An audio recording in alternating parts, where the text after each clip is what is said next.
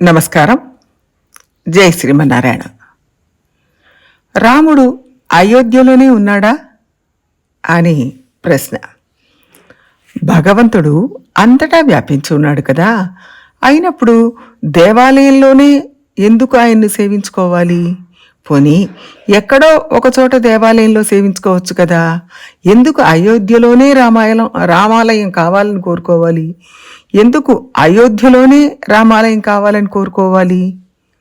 అంత తత్సర్వం వ్యాప్య నారాయణ స్థిత అనే కదా శాస్త్రం చెప్తుంది. అంతటా వ్యాపించి ఉన్న భగవంతుడికి ఒకచోట దేవాలయం కట్టి ఆయనను అక్కడికే పరిమితం చేయవచ్చా? ఆ ఒకచోట కూడా అయోధ్య ఎందుకు కావాలి అని చాలామంది ప్రశ్నిస్తూ ఉంటారు. అంతటా వ్యాపించి ఉన్న స్వామిని మనం మనసులో నిలుపుకోవడం సాధ్యం కాదు. అసలే పరమాత్మ మన పంచేంద్రియాలకు అందనివాడు అని శాస్త్రం చెప్తుంది. ఆయన రూపాన్ని ఎలా ఊహించుకోగలుగుతాం? ఎలా ఆయన మీద మనస్సు నిలిపి భక్తి చేయగలుగుతాం? అందుకని కనీసం అర్చారూపంలో ఆయన మన కళ్ళ ముందు ఉంటే ఆ రూపాన్ని స్మరిస్తూ మనసును కాస్త ఆయన వైపు తిప్పగలుగుతాం, నిలపగలుగుతాం, శరణాగతి చేయగలుగుతాం. అందుకోసం దేవాలయం కావాలి. భగవంతుడు అర్చారూపంలో దేవాలయంలో వేంచేసి ఉంటాడు. ఆ సేతు హిమాచలం ఇన్ని దేవాలయాలు నిర్మించడానికి కారణం ఆయనను కళ్ళారా చూసి మనసులో నిలుపుకోవడం కోసమే. పరమాత్మ శ్రీవైకుంఠంలో పరవాసుదేవుడుగా, పాలకడల్లో వ్యూహవాసుదేవుడిగా, అవతారాలు చేసినప్పుడు విభవవాసుదేవుడిగా, అంతటా అన్నింటా వ్యాపించి అంతర్యామిగా ప్రతి అణువులో ఉంటాడు. అది కాక మన దేవాలయాల్లో, మన గృహాల్లో అర్చామూర్తిగా వేంచేసి ఉంటాడు. మరి అయోధ్యలో ఎందుకు రామాలయం నిర్మించాలి అని ఇంకొక ప్రశ్న ఉండనే ఉంది. ఒక అయోధ్య కాదు, పరమాత్మ తాను ఇష్టపడి ఎక్కడెక్కడికి వేంచేస్తే అక్కడక్కడ దేవాలయ నిర్మాణాలు జరగాలి. జరిగాయి, జరుగుతున్నాయి. ఎప్పుడో ఒక భక్తుడు కోరినప్పుడు ఆ భక్తుడి కోరిక మేరకు ఆ ప్రాంతానికి ఆయన కోరుకున్న రూపంలో వస్తారు. ఆ తర్వాతి కాలంలో కూడా ఆ రోజు ఆ భక్తుడికి ఎలాగైతే సేవ సాయించారో అదే రూపంలో అందరూ సేవించుకోవడానికి వీలుగా అక్కడ దేవాలయాన్ని నిర్మింపచేస్తారు. ఆ భక్తుడు కూడా తనకు ఎప్పుడు ఎలా పరమాత్మ సాక్షాత్కరించారో, ఎలా కటాక్షించారో, ఏ రూపంతో తనకు దర్శన భాగ్యం కల్పించారో ఆ రూపాన్ని అందరూ సేవించుకోవాలి అని కోరుకోవచ్చు. అందుకోసం ఆ భక్తుడు అక్కడ దేవాలయ నిర్మాణానికి పూనుకోవచ్చు. లేక ఆ తర్వాత కాలంలో ఇంకెవరైనా దేవాలయాన్ని నిర్మించి ఉండవచ్చు. పరమాత్మ ఆ క్షేత్రాన్ని, ఆ దేశాన్ని వదిలి కదలడు. ఎందుకంటే తన భక్తుడు ఒకడు తనను పొందాలని కోరుకున్న వైభవాన్ని అందరూ తెలుసుకోవాలి అని పరమాత్మ కోరుకుంటాడు. ఆ క్షేత్ర గురించి అందరూ తెలుసుకోవాలి అని కూడా కోరుకుంటాడు. ఆళ్వార్లు పరమాత్మ ఇష్టపడి చేరుకున్న క్షేత్రాలుగా ఆయా దివ్య దేశాలను స్మరించి మంగళాశాసనం చేశారు. అయోధ్యలో అతి ప్రాచీన కాలం నుంచి దేవాలయం ఉండింది.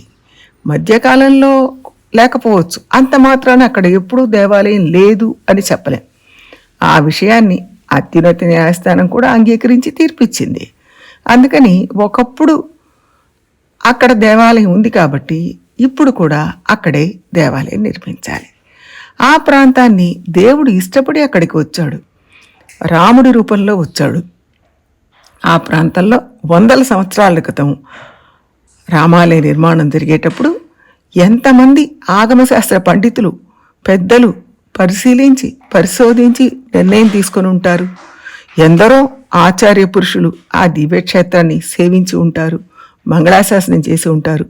వారి శ్రీపాద ధూళితో ఆ ప్రాంతం అంతా పునీతమై ఉంటుంది.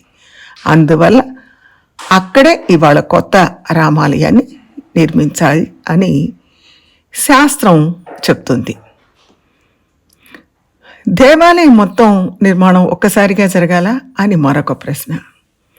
మనం చూసే ఏ దేవాలయ నిర్మాణం కూడా ఒక్కసారిగా ఇవాళ మనం చూస్తున్న రూపంలో లేదు, అంచెలంచెలుగానే సాగింది అని ఆయా దేవాలయాల స్థల పురాణాలు చూస్తే తెలుస్తాయి.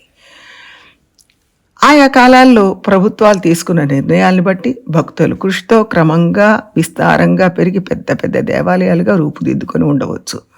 అంతెందుకు, ముందు చిత్ర రూపంలో రచించి ప్రాణప్రతిష్ఠ చేసి సంప్రోషణ చేసి నిలపొచ్చు. పూర్తి చిత్రం కూడా అవసరం లేదు, రంగులు వేయకున్నా పర్వాలేదు. ఆ తర్వాత చిత్రాన్ని పూర్తి చేసి రంగులు వేసి ప్రతిష్ఠ చేయొచ్చు. తర్వాత కాలంలో దారి రూపంలో, సుధా రూపంలో, శిల్ప రూపంలో అర్చామూర్తిగా రూపుదిద్దుకోవచ్చు అని ఆగమశాస్త్రమే చెప్తుంది.